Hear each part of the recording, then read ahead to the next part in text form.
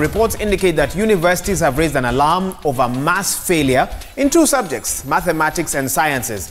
But what can be done to change this? That's what we want to explore at the moment. Now, a science competition of high school students, now it's been billed as one of the innovative ways to encourage and motivate learners. There's one going on right now, and let's link up with Kimani Mbogwa with details on what that is all about. Kimani, first things first, where are you and has the competition started? Good morning, Wahiga. Where I am right now, I'm at the Interswitch offices in Westlands at Orbit Place, and it's a really nice place, very nice offices. But that conversation we had, you guys have been teasing earlier about the way students in high school have been failing. Now, let me give you a context. In 2017, over 500,000 students sat for biology, the biology paper in KCSE. Do you know how many passed? And passing is getting a C+ and above, 1,500. In fact, yesterday, the VCs across universities released a report saying that it is alarming that over 90% of students who sit for sciences and mathematics don't actually get to pass. It's actually been consistent since 2016, 2017, and 2018, and that average is in the 90s. So getting a C+ and above, it means if you don't get a C+ and above in mathematics, in biology, in physics, and in chemistry, you're not going to sit for scientific courses such as medicine, public health, and such. So it's raising concerns. But one of the people who are involved in this, on the private sector, people who are involved in this is Interswitch. They have a competition. It's called Interswitch Spark, which is basically a competition for Form 3 students. They're taking about 6 students from Form 3 across the counties, and it's already started. The registration was closed. It's closed on 5th, but then this Saturday on the 11th, they're going to start it off with about 6 students from many schools, and have Madam Cynthia Kantime from Interswitch, who is here to tell us more about the competition. So, Madam Cynthia, first of all, welcome to Daybreak. Thank you. And tell us about the competition first, Interswitch Spark, and how it's going to be relevant in helping students improve their performances in sciences. Okay, thank you. So we launched this competition this year. It's called Interswitch Spark, and Spark aims to encourage STEM learning and starts at high school, because you have to start at high school. If you wait until students get to university, many of them will already have missed the boat. So we chose to work with Form 3 students, top 6 Form 3 students across the country in either private or public schools, to register for the Interswitch Spark competition. Now, you mentioned that we closed, but we actually chose to extend that deadline. So we extended the deadline to the 12th, which is this Sunday. And the reason for that extension is because schools had been on holiday and they just came back. So we want a lot of schools to register, and it's the teachers who are registering the students. The reason, again, is because we want top 6. It's a competitive process, and we want top 6 Form 3 science students. So they will register for this competition. They will then come together at national centers across the counties, and they will sit a written test in the 4 science subjects: math, physics, biology, chemistry. Okay, and out of that, we're going to end up with 54 top science students in Form 3 in Kenya. We will then take these students, we will take them through a mentorship course, and ultimately a quiz show, which is the most exciting part of this program, actually. So for a period of about, a full series, 13 weeks, they will be on TV, competing amongst themselves, answering questions on STEM. And competing, really, for the winners, because the winners, we're going to have 3 top winners. The top prize, the person who wins this competition, will win a scholarship worth 1.5 million Kenya shillings, and a stipend, 5 years scholarship to university, with a stipend, computer, yes, and a certificate for their school. The second will get 750,000 shillings, 3-year scholarship, a computer, and a stipend, because we need them working in university. And the third one will get a 1-year scholarship for 150,000 Kenya shillings, and all the things, and all those tools as well. So for us, it is not a simple matter of saying, come and compete and then go away. We want to see you through university. We want to nurture you.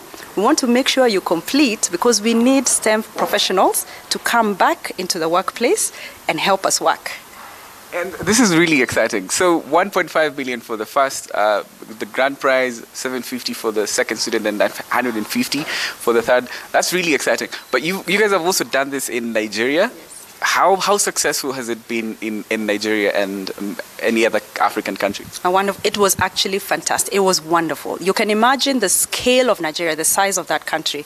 And they were able to bring all these students from all parts of Nigeria, bring them into Lagos after they had all sat their tests, and bring the winners into Lagos and go through this process for a whole year. They had the quiz show on TV, and it was absolutely... it was so, the viewership was out of this world. And we expect the same for Kenya because it's exciting content. It's not just education, it's also entertainment. Okay? Yes. So students are going to be watching their fellow students competing. Parents are going to be looking at their children and seeing what they can do out there. And teachers have bragging rights because they can say, that's my student. They came from my school and I taught them. Yeah. And this is a very interesting conversation because yesterday the VCs raised the concern that it's part of the Big Four agenda is in healthcare and food security, and very few students are getting to join courses in public health because performing poorly in biology and mathematics and chemistry locks them out. And as a person who is in the corporate world, do you experience the lack of students who are capable of that, because maybe there's an issue of not just a university graduate but also a quality person who has actually been trained properly for the exact job they're coming to do? Actually, that's an interesting question. And now that you said, to be honest, we're a technology company. And so we hire a lot of people that work in technology. So they're engineers. They're really technology engineers, and we work with them. And I would say that, yes, it is not that easy to get talented staff that are able to come in and work immediately. There's a big upskilling that needs to be done, which is why as a company we said, let's go back to school.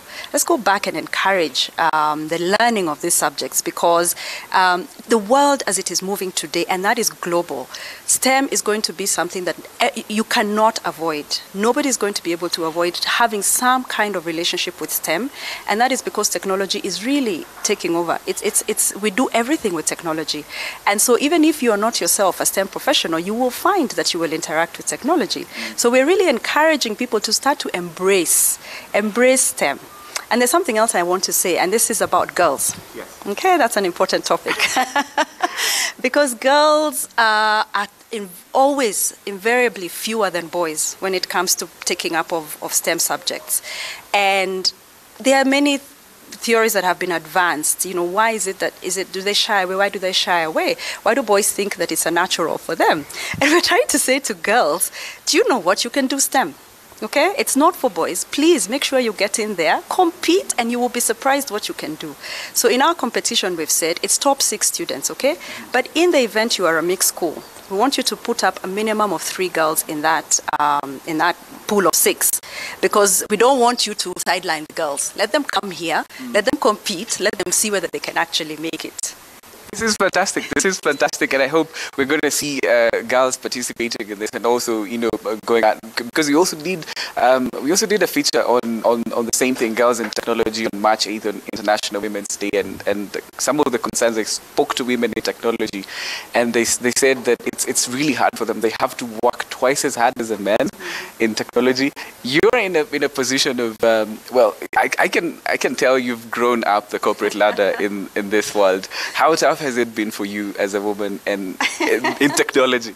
Well, I only joined technology recently. I wasn't always in this world. And so I can assure you it's a big learning curve. It's a big, big learning curve. But we should never be afraid to try out new environments and to learn. And so I have been in the corporate world, yes, for a bit of time. And I've worked in very different industries. But I am now in technology. And I'm learning entirely new things and finding that it's completely exciting, because this is where the world is going. And we must find a way to get involved and get engaged. This is fantastic. Thank you so much, Madam Cynthia, for speaking to us. Yes, there you have it. The competition is called Interswitch Spark.